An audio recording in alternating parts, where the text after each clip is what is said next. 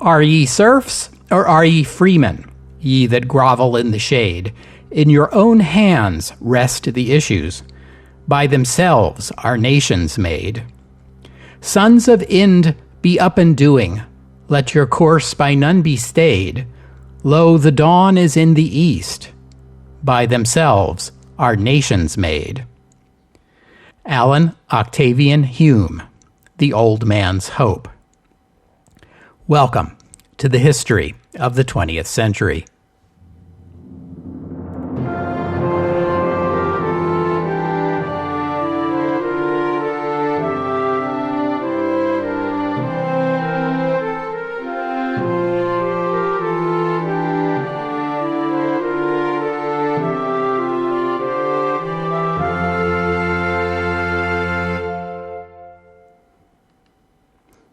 Episode 218, By Themselves Are Nations Made. Last time, we began our dive into Indian history with the goal of understanding the India of the early 20th century and its relationship to the United Kingdom. We got as far as the year 1757. That was when the British East India Company secured its primacy over India, a primacy that would last for a century. Most histories draw the line at 1757 because that was the year of the Battle of Plassey, which we covered last week. The British went on to win the 7 Years' War against France and sharply restrict the activities of the French in India. Recall that the British won the Battle of Plassey in part because of the defection of the Nawab's chief military commander, a man named Mir Jafar Ali Khan. Following the defeat of Bengal, the British executed the Nawab and handed over his crown to Jafar. But as far as the East India Company was concerned, Jafar's support in the battle was just a down payment on what he owed them for making him the new Nawab. Bengal was forced to pay over 17 million rupees in compensation to the East India Company, and millions more was demanded in personal gifts to high-ranking company officials. The short word for this kind of thing is bribes. It only took a couple of years for Jafar to figure out that the British appetite for silver was bottomless, so he tried to do a deal with the Dutch to get out from under the British thumb. That didn't work out very well for the Dutch or for Jafar, who was himself deposed in favor of his son-in-law. 5 years later, the son-in-law, Qasim, joined forces with the Nawab of Awadh and the Mughal emperor, and yet another attempt to rein in the East India Company. That also failed. Company authority in India grew. It assumed the role of revenue collection in Bengal, then the whole of the Bengal state. Soon the East India Company had direct control of large areas of India, gradually expanding outward from its key footholds in the port cities of Calcutta, Bombay, and Madras. Apart from outright annexation, the company also extended its control over India by treaty agreements with local Indian rulers, the Rajas and the Nawabs. The British called these the princely states. There were over 500 of them, ranging from large and powerful states like Jaipur to small principalities that were just a few square miles in size. The rulers of these princely states would retain their titles and authority within the borders of their lands and be treated by the British with royal honors. In exchange, they gave up control of their realm's defense, trade, and foreign relations. The East India Company also imposed upon the princely states the so-called doctrine of lapse, meaning that if a ruler died without a male heir or became incompetent, the company would take control of the realm, even though this was contrary to long-standing practice. Also, the company got to decide if and when a ruler became incompetent. Even in Britain, some looked askance at the conduct of the company in India. Parliament couldn't help but notice that all the high-ranking company officials, the so-called nabobs, returned from India with immense personal fortunes, even as the East India Company itself perpetually posted losses and kept asking for bailouts from the Treasury. In the early 1770s, a terrible famine struck company-ruled Bengal, the result of a failed monsoon, and exacerbated by company mismanagement. Some 10 million people died, a tragedy so grave it even attracted the attention of Parliament. Over the decades that followed, Parliament gradually imposed a few modest reforms, such as affirming that the company might control its holdings in India, but the king was the ultimate sovereign. The company gradually lost its monopolies over trade in India and later China, as competing mercantile interests in the City of London pointed out that the company monopoly had been created when its competitors were the Portuguese and the Dutch, not other British concerns. Those other British concerns, as well as British missionaries and British subjects in general, were finally granted access to India under the Crown's protection. By the mid-19th century, the East India Company was less a business and more the agent for the British government's rule over India. These various reforms were made for the benefit of British interests, certainly not Indian ones.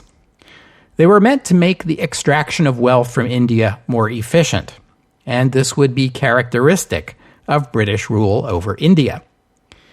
The East India Company ruled through its wealth. The arms and might of the company were hired Indian soldiers called sepoys, which comes from the Persian word for cavalry, although sepoys were in fact infantry.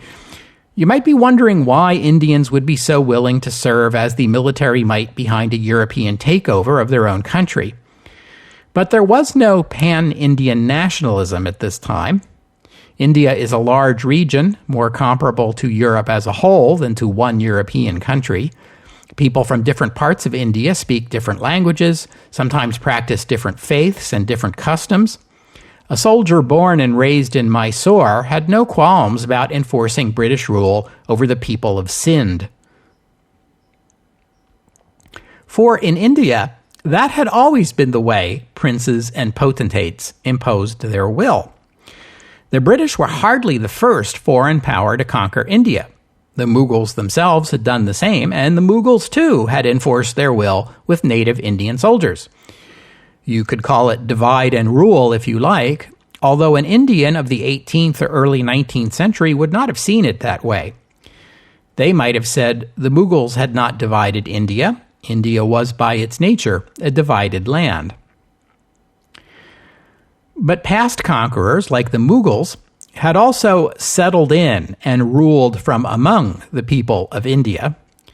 They had embraced Indian ways and viewed India's prosperity as a prerequisite to their own. Taxes they collected from Indian people were spent in India. British rule was different. The British did not settle India. They ruled by remote control, as it were. British administrators came and went, and while some of them absorbed some Indian values and attitudes during their stay, few of them lived out their whole lives in India, and they remained British at heart.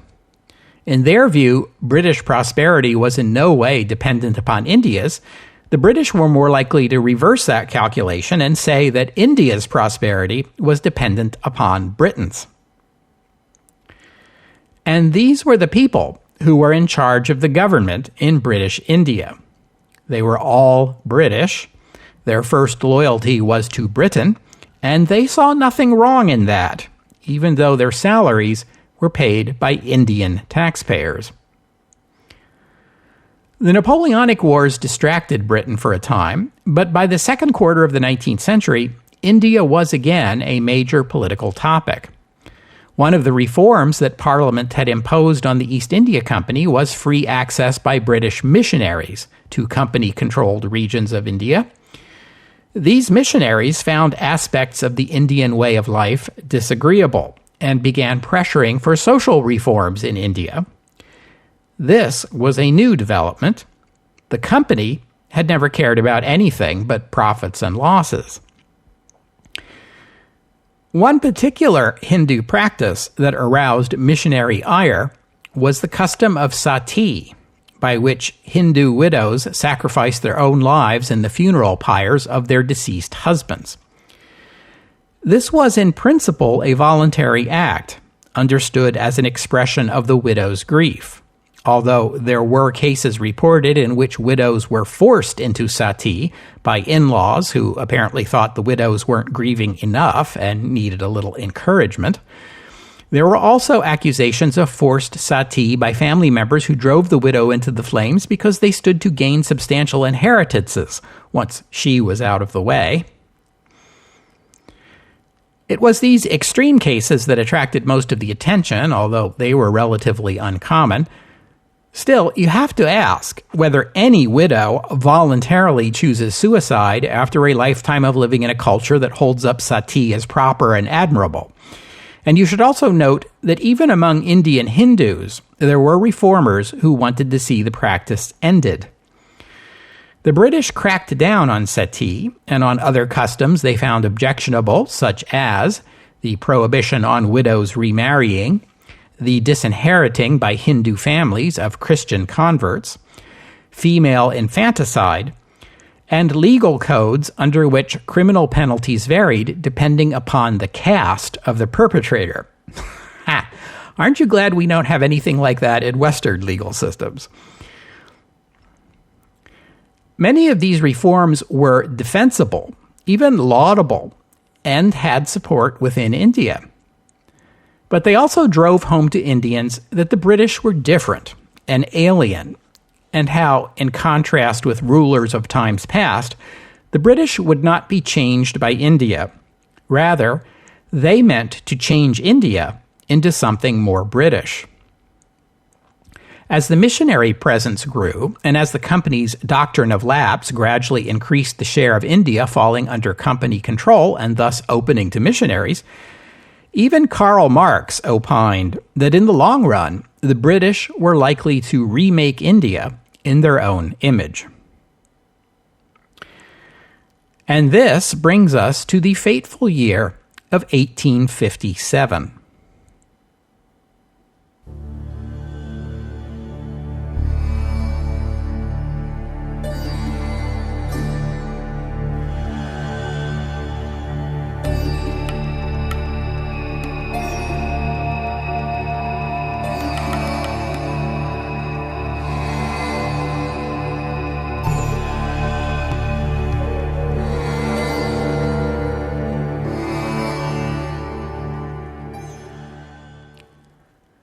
The year 1857 marked the 100th anniversary of the Battle of Plassey.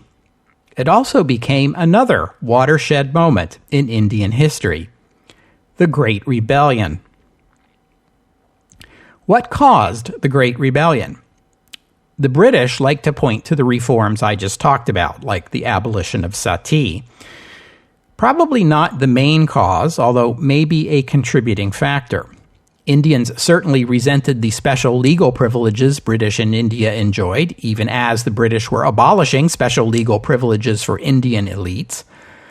The broadening of the reach and the tightening of the grip of the company was certainly a factor, as was the taxation and economic exploitation it imposed on the lands it ruled. But the proximate cause was a rifle cartridge. The British had introduced a new design of muzzle-loading rifle into the Indian Army. Its ammunition came in a paper cartridge, and soldiers were expected to tear the cartridge open with their teeth before stuffing it into the barrels of their weapons. These paper cartridges were greased to protect the powder inside from moisture, and after they had been in use for a time, rumors began to fly that the grease had been rendered from the fat of cows and pigs. Now, I haven't been able to find a source that will state definitively whether or not these rumors were true, which I take to mean that they were, since the British, who manufactured the cartridges, would have had every reason in the world to offer proof that the rumors were wrong, and they never did. But either way, this is certainly what the sepoys believed.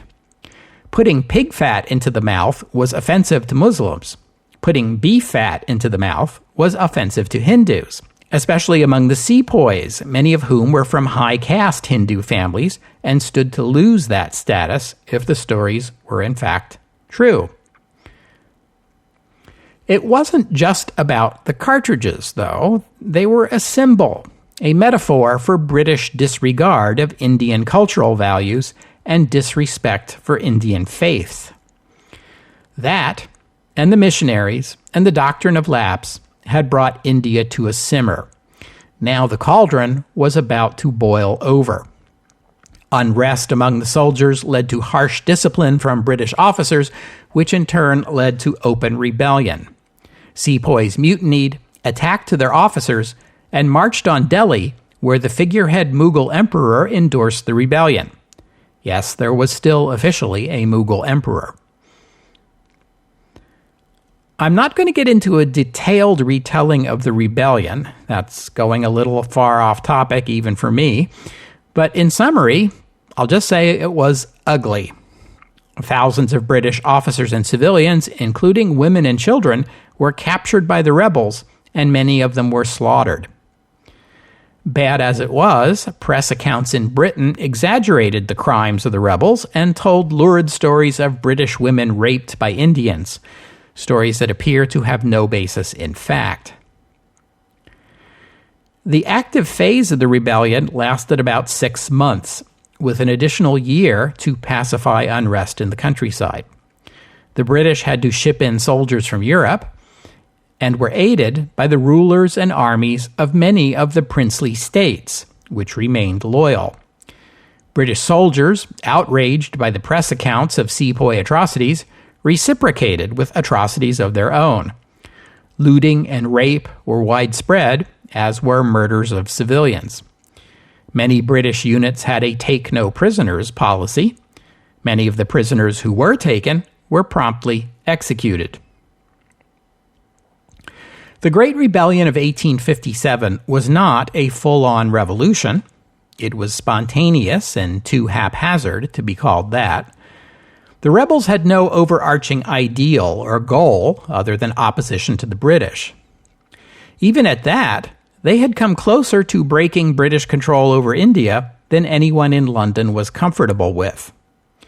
Reform was called for, and in 1858 the British government deposed the Mughal emperor, dissolved the East India Company, and took control of India for itself.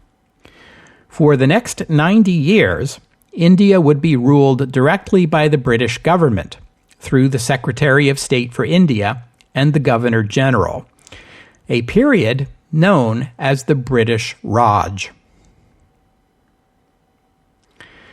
With the new direct rule, the British tried to smooth over some of the conflicts that had led to the rebellion. The British would back off on their attempts to change Indian culture. Indian military units that had proved unreliable were disbanded, and the British recruited new soldiers from populations deemed more loyal, notably the Sikhs and the Gurkhas. British officers were encouraged to build closer relationships with the Indian soldiers under their command, to learn more about Indian culture, and show greater respect for Indian ways. The princely states, whose support may have saved British rule in India, were rewarded, and they were given new and more generous treaty arrangements with the British Crown. You may recall that this is how Queen Victoria was able to claim the title Empress of India.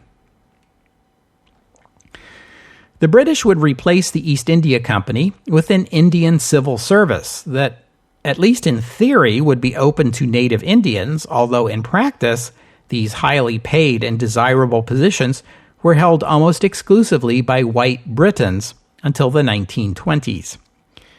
These British administrators, many of whom studied classics at Cambridge or Oxford, consciously patterned British rule in India after the Roman Empire. So long as the natives obeyed British law and paid British taxes, they could live their lives as they pleased. No further meddling in Indian culture. India would be governed the British way, with British defined not as a nation or a culture, but as an ideal. Stern, but honest and fair-minded. It's remarkable how few British there actually were in India. During the entire period of British rule, from 1757 to 1947, The British presence in India, civil administrators, police, and soldiers, never amounted to more than 0.05% of the population. Surely never in the field of human governance were so many ruled by so few. A more aloof attitude toward Indian cultural practices also translated into an aloof relationship with the Indian people. British administrators did not mingle. They lived in their own bungalows, in their own cantonments, their word, and socialized among themselves. The only Indians they interacted with on a regular basis were their servants. The British set up a system of public education in India, though it was locally funded and therefore pretty basic, while they sent their own children to boarding schools back home. Romantic relationships between Britons and Indians were virtually unheard of, and the rare children of Indian-British marriages found themselves not accepted in either community. The British became essentially a new caste, occupying the top tier in a society already governed by caste distinctions. If cultural meddling was now off the agenda, the British administration could and did still aim to modernize the Indian economy. As we've seen before in this podcast, in the case of Africa, episodes 189 and 190, that was understood to mean integrating India into the burgeoning world economy, which in turn meant that India would export raw materials to the industrialized world in exchange for manufactured goods. This meant shifting Indian agriculture away from subsistence farming and toward export crops. It meant building railroads so that farmers growing and selling these crops would no longer be limited to the local market. Now the whole world would be their marketplace. The Britain of the 19th century was the land of liberalism, of free trade, low tariffs, and laissez-faire. The British governed India in this spirit. Indeed, more so. Even in the days of the East India Company, which counted James Mill and later his son, John Stuart Mill, among its employees, Britons developed and encouraged a free market economy in India, freer, in fact, than the one that existed in Britain. India would be the crucible in which the most modern of economic formulas would be tested. All this looks great on paper. In practice, over the second half of the 19th century, per capita income in India plunged, and about 30 million Indians starved to death.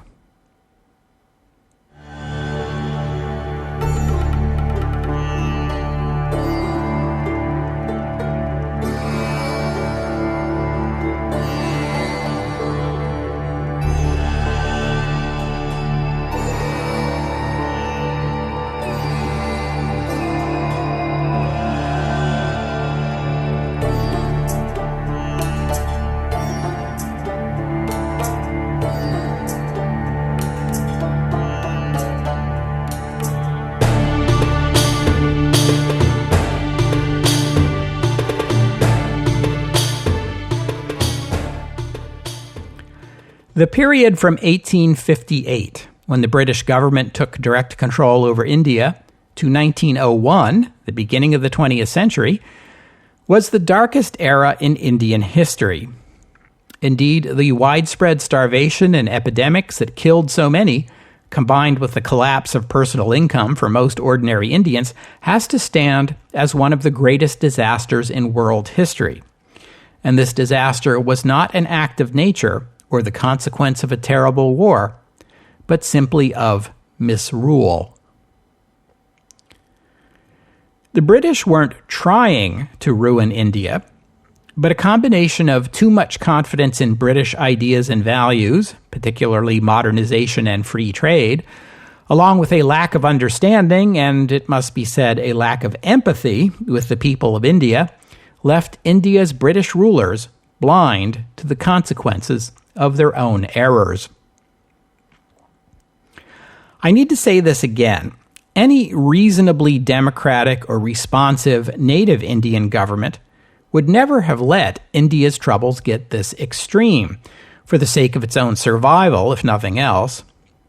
Fundamentally, the problem is that this Indian government does not have to answer to the Indian people. It has to answer to Parliament and to the special interests that lobbied Parliament, meaning that government policymakers in India always had one eye on what was good for British business. It was said that the Manchester Chamber of Commerce had more sway over Indian government policy than anyone in India had. The role that India and China had in supporting British power and the world economy during the Belle Epoque period is an interesting and under-discussed aspect of the history of this era, but I think it's key to understanding both British power and the world economy during this period. I'd like to dig into this, but it's too late in today's episode to launch into such a big topic, so that's why I'm going to devote a full episode next week to digging into India's, and to a lesser extent China's, contribution to the unprecedented global prosperity of this time. So hold that thought until next week's episode, while we finish out today on some related topics in Indian history. The British administration in India was not entirely callous or unmoved by the famines and the suffering, and reforms were gradually put into place. One was special famine relief funds set up to deal with future famines. Another was the long-delayed move to put the Indian rupee on the gold standard in 1893. To be more precise, the pound sterling was on the gold standard. In 1893, the value of the rupee was set at 15 to the pound. Previously, the rupee was redeemable in silver, and the decline of silver prices in the late 19th century made Indian exports cheap in Britain to the benefit of the British, while making British exports expensive in India to the detriment of Indians. And that's part of what we'll be talking about next week. And naturally, not all of British policy was bad for India. There were ways in which the situation was improving. British education and trade policies led to the rise of an Indian middle class. They were small in numbers compared to the overall population, but they were educated and held some wealth, and therefore some power. British education in India promoted the English language and European ideas. Inevitably, whether the British liked it or not, 19th century European notions about liberalism and democracy and nationalism began percolating through this new Indian middle class. What's more, the railroads the British were building across India, though they were primarily meant for cheaper shipping of Indian exports to British markets, also allowed this new middle class to move around their country more easily and become acquainted with conditions in other parts of India. The English language served as a lingua franca that facilitated communication between Indians of different regions. The Indian aristocracy had made its peace with British rule. Indeed, they had been the bulwark that protected British rule when it was threatened during the rebellion in 1857. This newly developing Indian middle class of merchants and traders and business people, by contrast, chafed under a British rule that limited their opportunities, and they formed the nucleus for a growing Indian nationalism. The development of an educated middle class also meant the growth of newspapers. By 1875, there were over 400 newspapers in India, in English, and in many Indian languages. The year 1876 saw the creation in Bengal of the Indian Association, one of the first nationalist political organizations in the country. The association was moderate in its tactics, reliant on peaceful legal avenues of redress in its complaints against British rule, an approach which would become known in India as constitutional agitation. One such early agitation concerned the dearth of Indians in the Indian civil service. Indians were legally eligible for civil service positions, but in fact, by 1875, 17 years after the civil service was founded, you could count the ones who landed these plum positions on the fingers of one hand. The Indian Association was just the first. The years 1878 to 1880 saw the Second Anglo-Afghan War, which was a phase of the so-called Great Game of competition between the British and Russian empires in Central Asia, and fought in large measure by Indian troops, and funded in large measure with Indian tax revenues. This led to discontent in India, and this period saw the founding of additional nationalist groups in other parts of the nation. Indian discontent also found voice in the country's newspapers. The British Viceroy of the time, Lord Lytton, and his council enacted the Vernacular Press Act, which empowered the government to censor Indian newspapers, but only the ones printed in Indian languages, not in English, because we don't censor English language newspapers. A number of Indian organizations protested, the Indian Association the most vehement among them, leading Lord Lytton's successor, the liberal Lord Ripon, to repeal it in 1881, after the war in Afghanistan was over. These disputes only strengthened the arguments of nationalists that British rule fell far short of Queen Victoria's high-minded proclamation of 1858 that, quote, "We hold ourselves bound to the natives of our Indian territories by the same obligation of duty which bind us to all our other subjects." In 1883, Lord Ripon attempted another reform aimed at equalizing the treatment of Indians and Britons in the courts. It became known as the Ilbert Bill, after the lawyer who drafted it at the Viceroy's direction. The Ilbert Bill permitted Indian judges to preside over cases involving white Europeans. This idea was tremendously unpopular among the British in India, particularly the large landowners who controlled India's tea and indigo plantations. Of course, they didn't want to just say rich white guys shouldn't have to answer to an Indian judge, so some other strategy was needed. Can you guess what it was? Well, if you checked off white women on your racist bingo card, congratulations, you win the prize.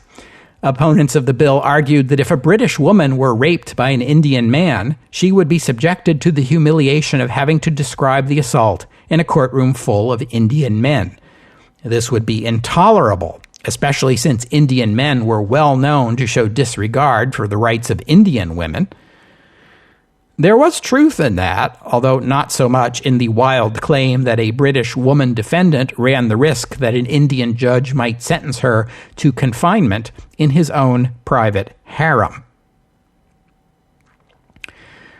This extreme backlash against what seemed to most Indians a simple and obvious legal reform, no more than what was right and just, not to mention this hostility bordering on contempt directed against native Indians by the very British who lived among them, inspired a counter-movement that brought together the various organizations in the Indian nationalist community to work together to support the bill.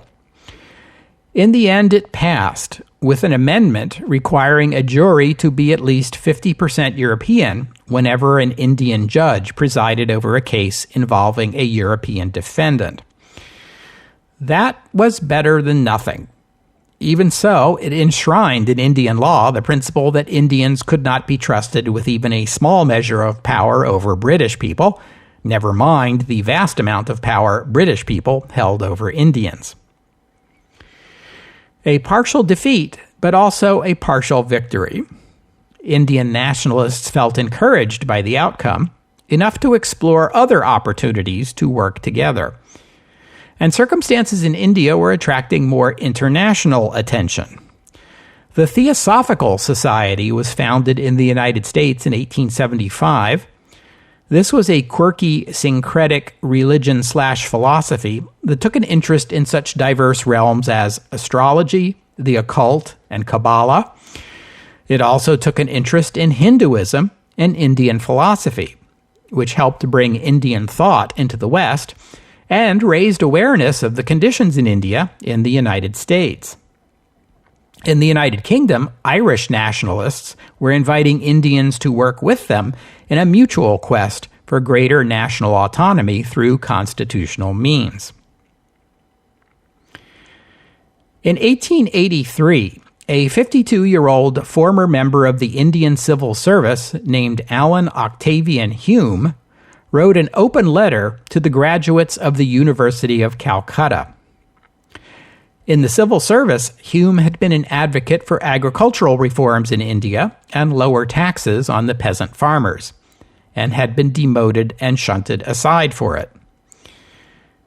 He also dabbled in theosophy and was a pretty hardcore birdwatcher who did extensive work on the side studying the birds of India and publishing some of the first scholarly work on Indian ornithology. In his letter to the university graduates, Hume called upon them to take the lead in organizing and campaigning for greater freedom for India and a larger role for Indians in Indian affairs. He threw down the gauntlet before them. "Every nation secures precisely as good a government as it merits," he wrote, and challenged these young, educated Indians that if they resented being treated like children by the British, they should stand up and prove they were something more. Later, he published a poem on the same theme, The Old Man's Hope, which I quoted from at the top of the episode. In December 1885, the Indian National Congress was created at a meeting in Bombay of 72 delegates from across India, including Hume. And over the next 20 years, it would rise to become the principal voice for Indian nationalism. The INC, like its predecessor organizations, would embrace the principle of constitutional agitation and campaign for the civil, political, and economic rights of Indians. The INC was, it must be said, the creature of a small elite of educated Hindus. Most poor Indians went about their lives only dimly aware of its work, and Muslim Indians were skeptical of this Hindu-led organization. Hume's thinking in encouraging the creation of the INC was that if Indian discontent was not allowed a peaceful legal outlet, the alternative would be violence and rebellion. The INC had no power. It could merely pass resolutions and make suggestions, many of which were couched in language that was polite to the point that it sounds servile today. But the organization was cohesive enough and persistent enough to arouse the attention and the ire of the British rulers. By the end of the 19th century, INC conferences were drawing over 1,000 delegates, even as the Viceroy, Lord Dufferin, dismissed them as a microscopic minority among Indians. In 1899, the Conservative MP George Curzon was made Lord Curzon. You'll recall that name from previous episodes. He was also appointed to be the next Viceroy of India. Lord Curzon was not fond of the INC. In 1900, he wrote, "The Congress is tottering to its fall, and one of my greatest ambitions while in India is to assist it to a peaceful demise." He would not get his wish. In fact, his term as Viceroy was destined to provoke fiercer opposition to British rule than had been seen in India since the rebellion of 1857. And the INC would be leading it. But that is a story that will have to wait 2 episodes. We'll have to stop here for today. I'll thank you for listening, and I'd especially like to thank Victor and Joshua for making donations, and thank you to Guy for becoming a patron of the podcast. Donors and patrons like Victor and Joshua and Guy help cover the costs of making the show, which in turn keeps the podcast available free for everyone. So my thanks to all of them and to everyone who has pitched in and helped out. If you'd like to become a patron or make a donation, just visit the website, historyofthe20thcentury.com, and click on the PayPal or Patreon buttons. And the holiday season is upon us, so allow me to remind you that donations and patronages make the perfect gift for me, and a gift you can be sure will never be returned. And they come in a variety of sizes to fit every budget. So, how can you go wrong? Please note as well that the podcast website contains notes about the music used on the podcast. Sometimes it's my own work, sometimes it's licensed, but much of the music you hear here is free and downloadable. So if you hear a piece of music on the podcast and you get curious and would like to know more about it, including a link to where you can download it, that would be the place to go.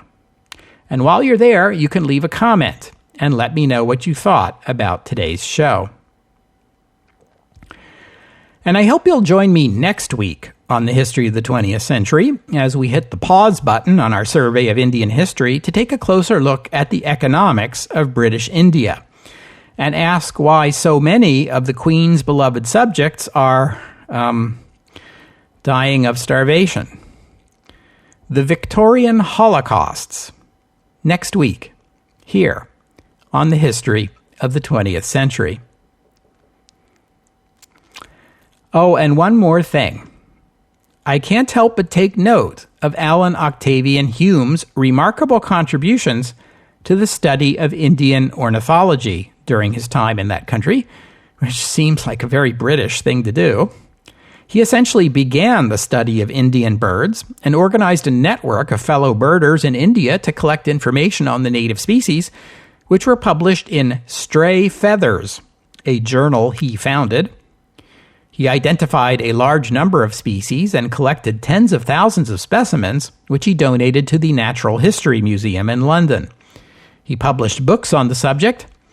I am sad to say that the manuscript that was to be his magnum opus was stolen before he could complete it, destroying years of work. About a dozen birds and animals in India are named after him.